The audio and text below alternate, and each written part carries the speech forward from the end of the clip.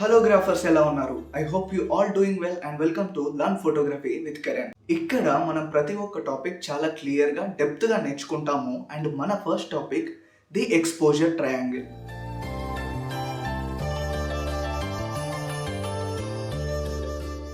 ఫోటోగ్రఫీలో ఎక్స్పోజర్ అనేది ఫౌండేషన్ లాంటిది. మీరు ఫ్యూచర్లో ఏం నేర్చుకున్నా కూడా ఎక్స్పోజర్ ప్రాపర్గా సెట్ చేయలేకపోతే ఎప్పటికీ మంచి ఫోటోగ్రాఫర్ అయితే అవ్వలేరు. అందుకే ఈ టాపిక్ చాలా క్లియర్గా కాన్సన్ట్రేటెడ్గా వినండి. ప్రతి కెమెరాలో లైక్ ఎస్ఎల్ఆర్ నుండి మిర్రర్లెస్ దాకా 3 సెట్టింగ్స్ అనేవి చాలా ఇంపార్టెంట్. అవే ISO, aperture and shutter speed. ఇవి 3 కలిస్తేనే మనం ఎక్స్పోజర్ అంటాం. బేసిక్స్ ఆఫ్ ఫోటోగ్రఫీలో మీరు బేసిక్స్ నేర్చుకున్నా కూడా మళ్ళీ మనం ఒకసారి క్లియర్గా ఈ టాపిక్ని డిస్కస్ చేద్దాం. ఈ ఐఎస్ఓ, షటర్ స్పీడ్, యాపర్చర్ అనేవి ఇమేజ్ బ్రైట్నెస్ పైన ఎఫెక్ట్ చూపిస్తూనే వాటికంటూ కొన్ని పర్టికులర్ యూసెస్ ఉంటాయి.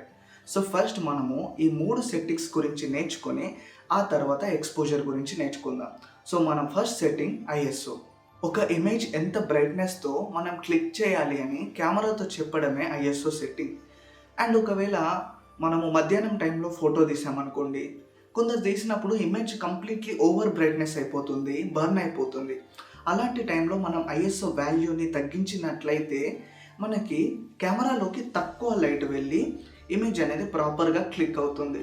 అలాగే కొందరు ఈవినింగ్ టైంలో స్నాప్ తీసినప్పుడు ఇమేజ్ చాలా డార్క్ అవుతుంది.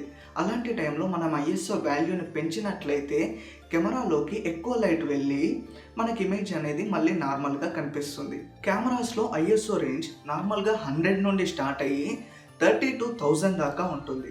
కొన్ని కెమెరాస్లో 1,24,00,000 దాకా కూడా ఉంటుంది. బట్ మీరు ఫోటోగ్రఫీలో ఎప్పుడైనా ఐఎస్ఓ 1000 కన్నా పైన పెంచితే ఫోటో పైన నాయిస్ రావడం అనేది స్టార్ట్ అవుతుంది. అందుకే మీరు ఈవినింగ్ లేదా నైట్ టైం లేదా తక్కువ లైట్లో ఫోన్లో ఫోటో తీసినప్పుడు ఆ ఫోటో పైన కంప్లీట్లీ నాయిస్ రావడానికి కారణం ఫోన్లో ఆటోమేటిక్గా ఐఎస్ఓ సెట్టింగ్ పెంచడం వల్ల. సో అందుకోసమే మీరు ఎప్పుడు కానీ ఒక పర్టికులర్ ఫోటోని 1000 ఐఎస్ఓ మ్యాక్సిమం అయ్యేలాగా మాత్రమే తీయాలి. సో 1000 పెట్టారు ఐఎస్ఓ, అయినా కూడా లైట్ సరిపోలేదు, ఇమేజ్ డార్క్ వస్తుంది. అలాంటి టైంలో వర్స్ట్ కేసులో మీరు 1600 దాకా పెట్టవచ్చు. ఇంకా 1600 దాటితే మాత్రం ఆ పిక్చర్ ఆల్బమ్కి పనికి రాకుండా పోతుంది. ఎందుకు అంటే దానిపైన వచ్చే గ్రెయిన్స్ వల్ల. అండ్ ఇన్ కేస్ 1600 దాకా పెట్టినా కూడా లైట్ సరిపోవట్లేదు అంటే కంపల్సరీగా మీరు ఎక్స్టర్నల్ లైట్ని వాడాల్సిందే. అంతేకాని అంతకు మించి కానీ మీరు ఇమేజ్ని అంటే ఐఎస్ఓని పెంచినట్లయితే కంప్లీట్లీ స్పాయిల్ అయిపోతుంది. సో ఇప్పుడు మీ అందరికీ క్లియర్గా అయితే అర్థమైంది. ఐఎస్ఓ పెంచితే కెమెరాలోకి ఎక్కువ లైట్ వెళ్తుంది, ఇమేజ్ అనేది బ్రైట్ అవుతుంది. ఐఎస్ఓ తగ్గిస్తే కెమెరాలోకి తక్కువ లైట్ వెళ్తుంది, ఇమేజ్ అనేది డార్క్ అవుతుంది అని. కాకపోతే వెరీ బిగినర్స్కి అసలు కెమెరాలో ఈ ఐఎస్ఓ సెట్టింగ్ ఎక్కడ ఉంటుంది, దీన్ని ఎలా పెంచాలి, ఎలా తగ్గించాలి అని తెలియని వాళ్ళు ఉంటే నా ఇన్స్టాగ్రామ్ ప్రొఫైల్లో బేసిక్స్ ఆఫ్ ఫోటోగ్రఫీలో మేము ప్రాక్టికల్స్ చేసాము. ఆ వీడియోని మీరు చూస్తే మీకు క్లియర్గా అర్థమైపోతుంది. ఇప్పుడు మన నెక్స్ట్ టాపిక్ షటర్ స్పీడ్. ప్రతి ఒక్క కెమెరాలో కూడా షటర్ ఉంటుంది, చూడండి అది షటర్. ఈ షటర్ కెమెరా ఇమేజ్ని ఎంత టైంలో క్లిక్ చేయాలి అని చెప్పి డిసైడ్ చేస్తుంది. ఫర్ ఎగ్జాంపుల్, మీరు ఫాస్ట్గా వెళ్ళే బైక్ని ఫోటో తీయాలి అనుకుంటే కెమెరాలో షటర్ స్పీడ్ ఎక్కువ పెడితే అప్పుడు కెమెరా చాలా ఫాస్ట్గా రియాక్ట్ అయ్యి ఆ పర్టికులర్ టైంలో బైక్ మోషన్లో ఎక్కడ ఉందో అక్కడ ఫోకస్ చేసి ఇమేజ్ని క్లిక్ చేస్తుంది. అదే మీరు షటర్ స్పీడ్ తక్కువ పెట్టినట్లయితే ఈ టైంలో ఆల్రెడీ బైక్ మూవ్ అవుతుంది కాబట్టి కెమెరా ఆ మూమెంట్ని క్యాప్చర్ చేయలేక ఇమేజ్ అనేది బ్లర్ అవుతుంది.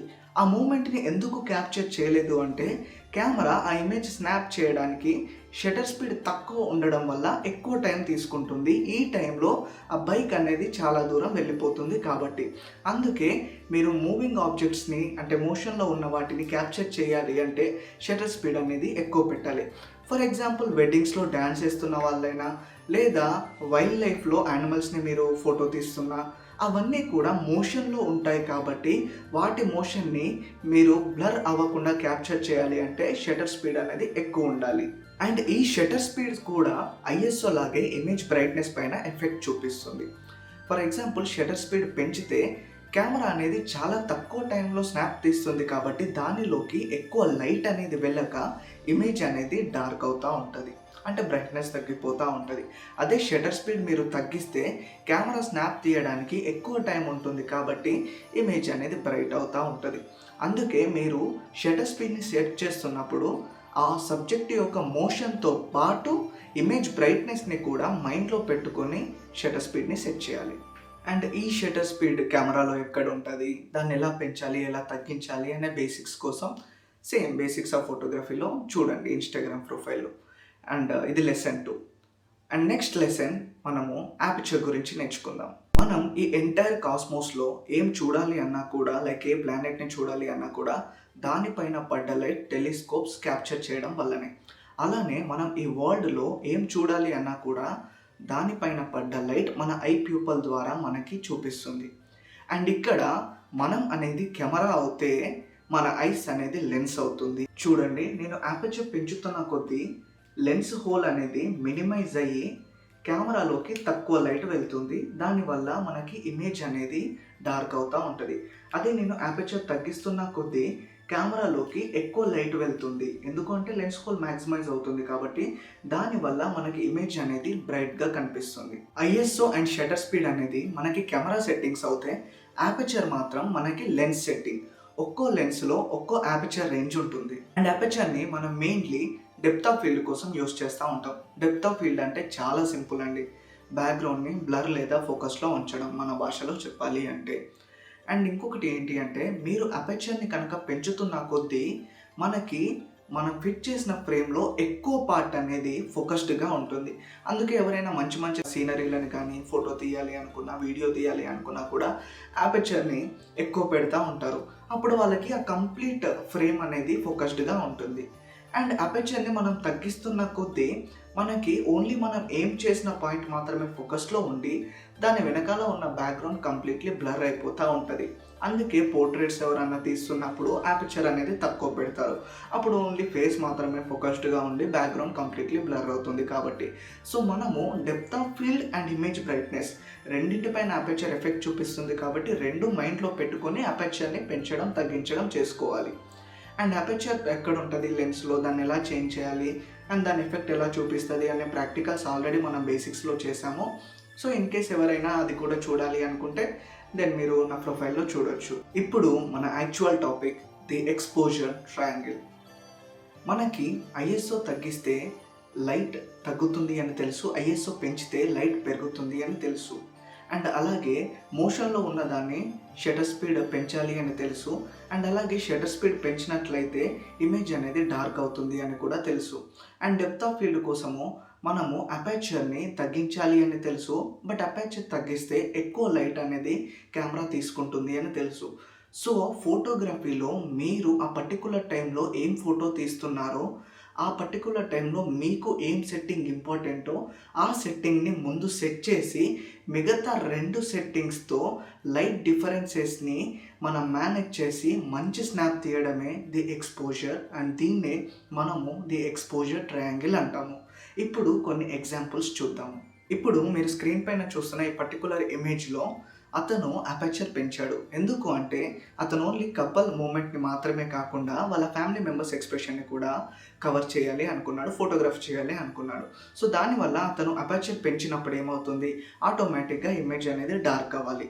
సో అలా డార్క్ అయిన ఇమేజ్ని అతను ఏం చేశాడు అంటే షటర్ స్పీడ్ అనేది ఇక్కడ మేబీ తగ్గిస్తే లైట్ అనేది కెమెరా తీసుకోవచ్చు, బట్ అక్కడ ఆల్రెడీ క్యాండిడ్ మూమెంట్ ఉంది కాబట్టి షటర్ స్పీడ్ అనేది అతను కంప్లీట్లీ తగ్గించలేడు.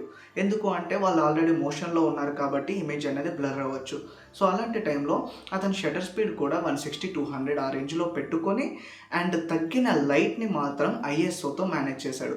ఇన్కేస్ ఐఎస్ఓ 1000 దాకా పోయినా కూడా అతనికి లైట్ సరిపోకపోతే ఎక్స్టర్నల్ లైట్స్ వాడి అతను ఇమేజ్ అనేది ప్రాపర్గా తీస్తాడు.